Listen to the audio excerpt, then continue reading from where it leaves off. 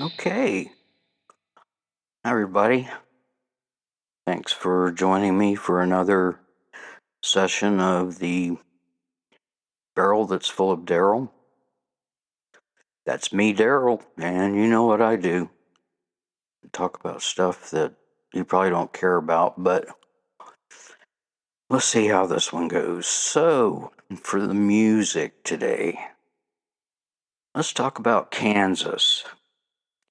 No, not the state, the band.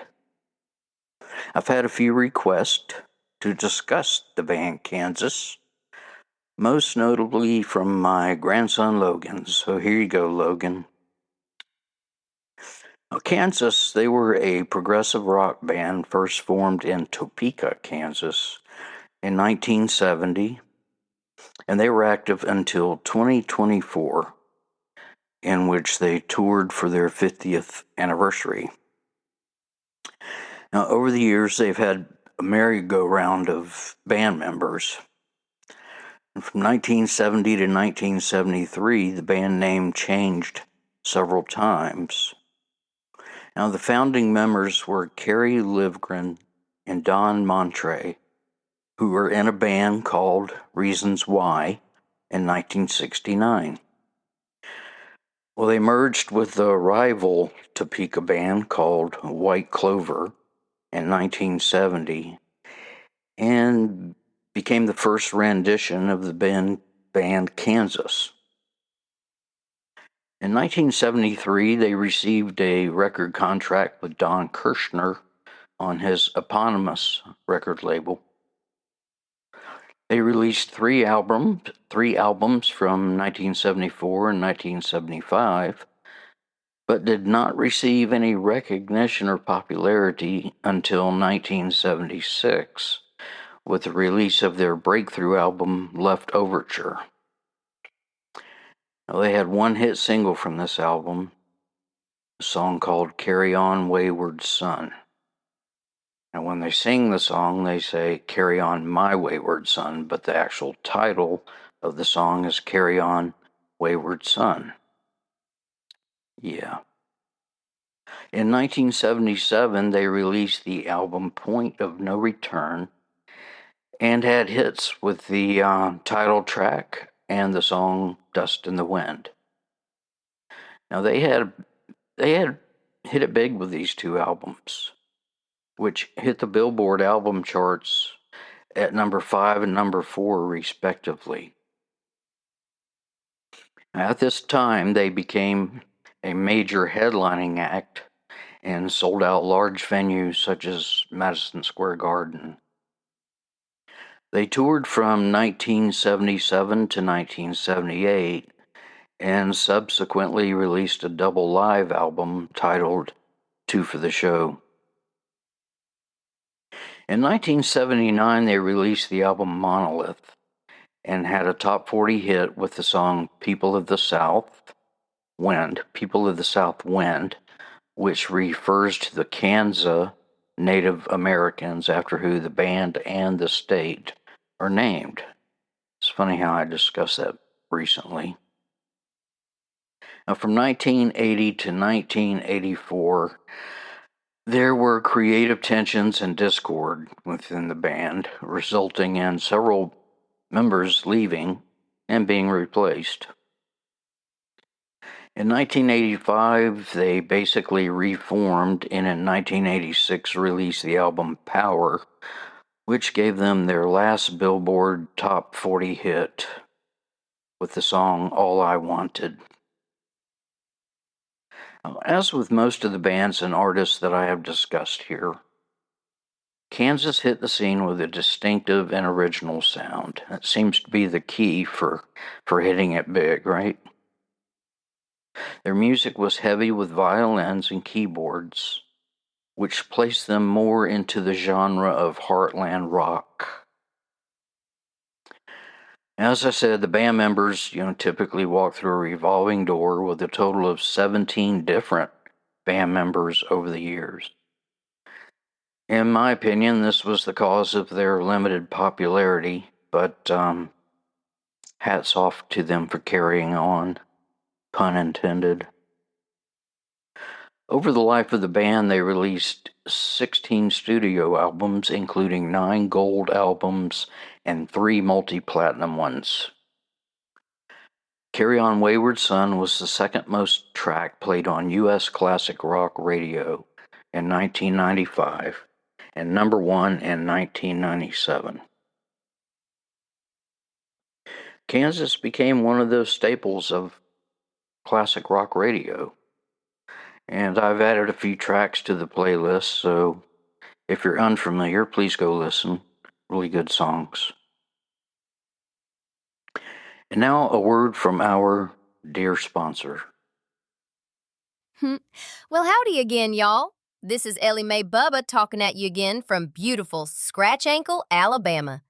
I picked up a few customers for my Scratch Ankle Candle Company, so I think I'll keep up with this sponsorship thing for a while. By the way, my Gunsmoke scent seems to be the favorite around here, but Chicken Coop is right on its heels.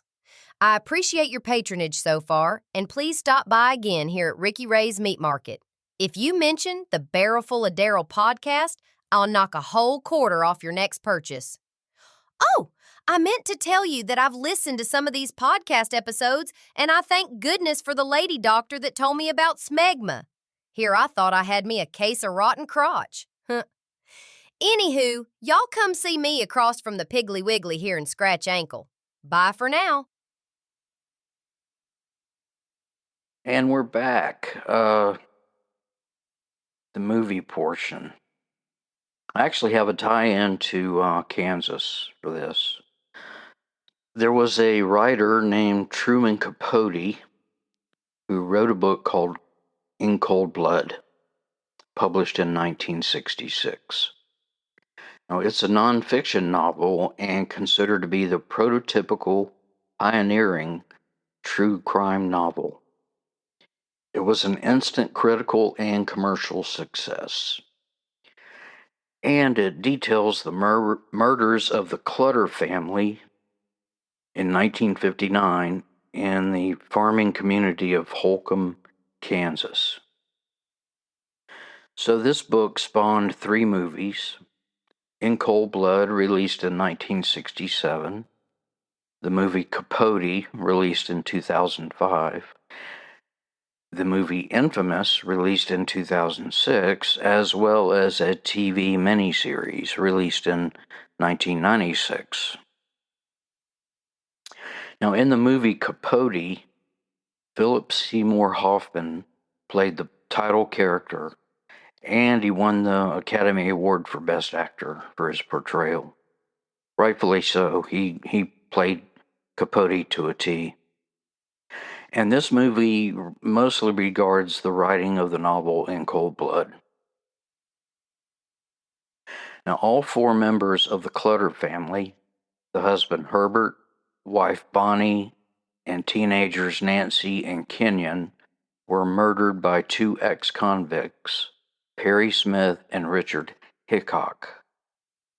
Both killers were apprehended 6 weeks later and sentenced to death, and they were both executed in 1965. Now, Capote learned of the murders before the killers were captured, and he traveled to Kansas to write about the crime.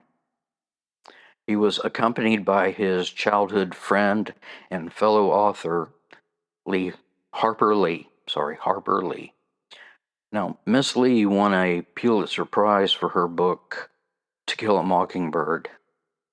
And in it, there's a character named Dill, Dill, and it's based on Truman Capote.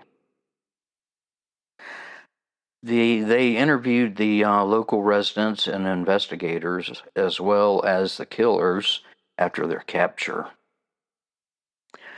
Now, Capote and Lee took 8,000 pages of notes, and it took 6 years for the book to be completed.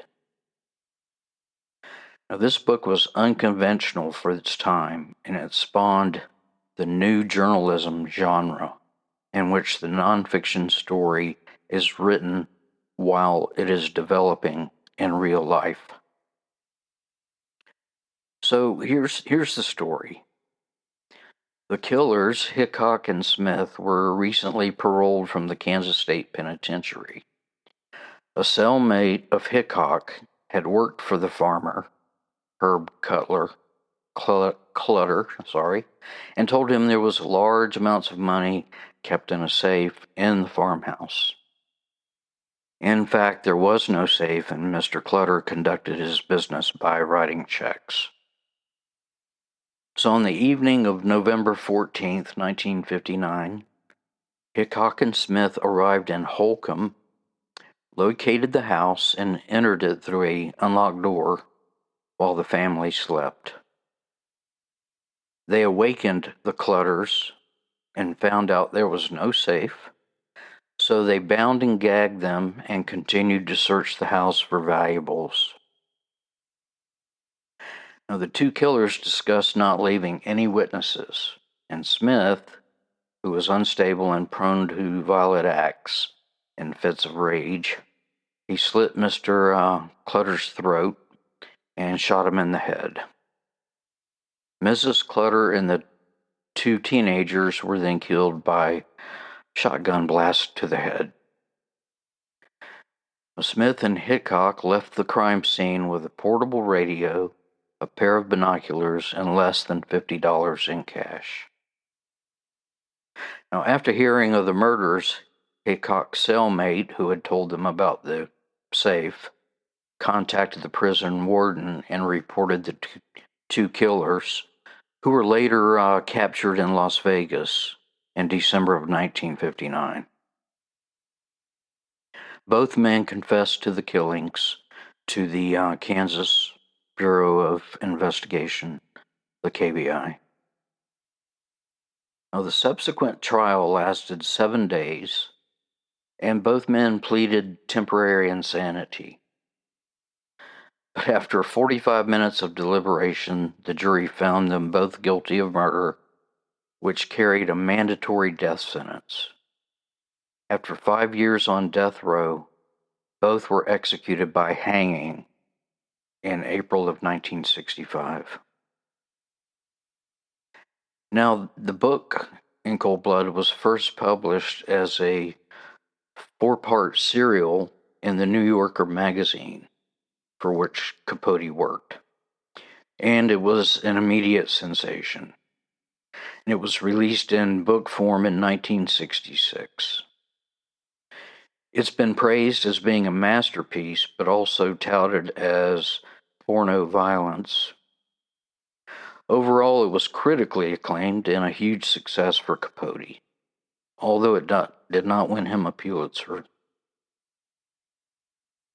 I would like to add that I have a thin personal tie here.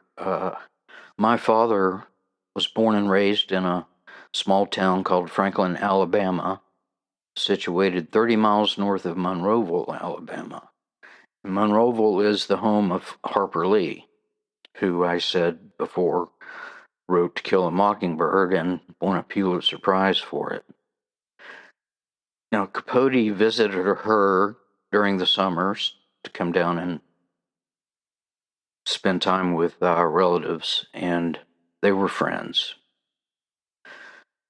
Now, although my dad had no direct connection, he always had a matter of pride due to this happening in basically nearly his hometown. He owned a first edition of To Kill a Mockingbird, and unfortunately, that later went missing.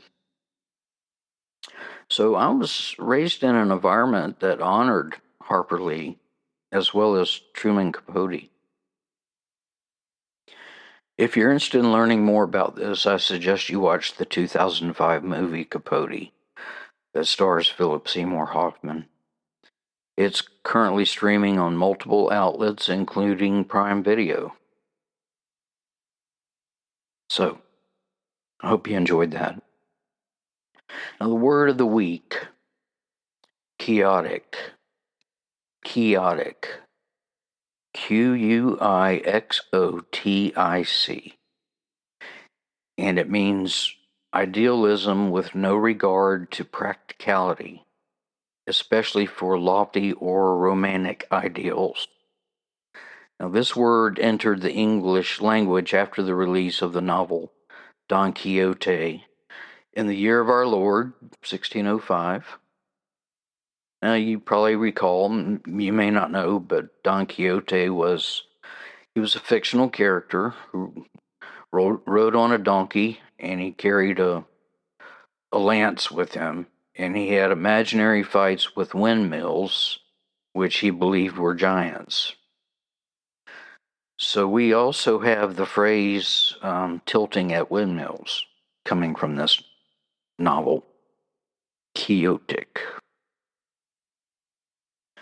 Joke of the week. One Sunday in church, the pastor had requested that Jim, the local piccolo player, accompany the piano and organ during the service. As they began the first hymn, the piccolo sounded off key and out of time. During the second hymn, it only got worse.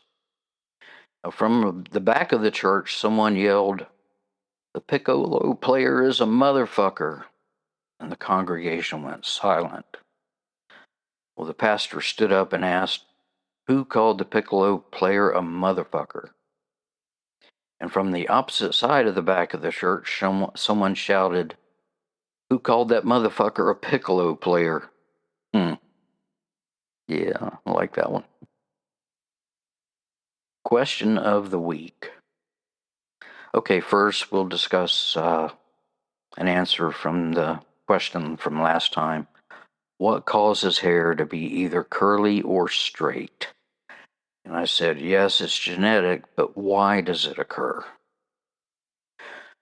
Well, primarily, it is due to the shape of the hair follicle, which is indeed genetic.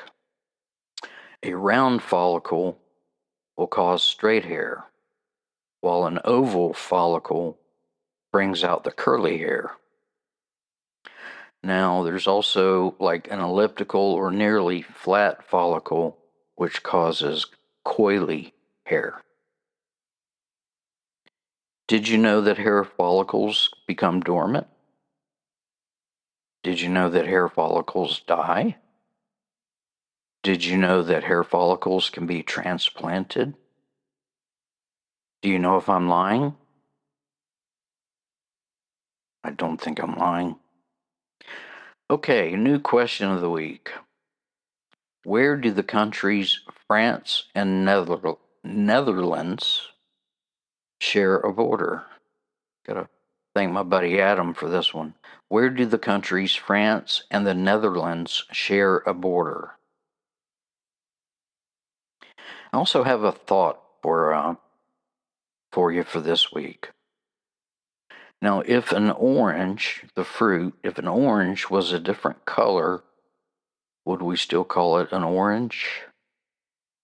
Or did the fruit inspire the name of the color? Also, what's up with the grapefruit? It's a large fruit. So, why is it called a grapefruit? I mean, grapes are small and taste nothing like a grapefruit. So, you just got to wonder who makes this shit up. Yeah. But don't forget about the playlist that I keep adding to on BFOD playlist, Spotify, and Apple Music. I really hope you're enjoying the songs that I post there. Please don't be ignoring them. As usual, you may contact me by clicking on the send me a text button in the episodes or directly at bfodpodcast@gmail.com. I really do like hearing from you, believe it or not. Well, thank you for listening. I hope you enjoyed the episode, and I will talk to you next time.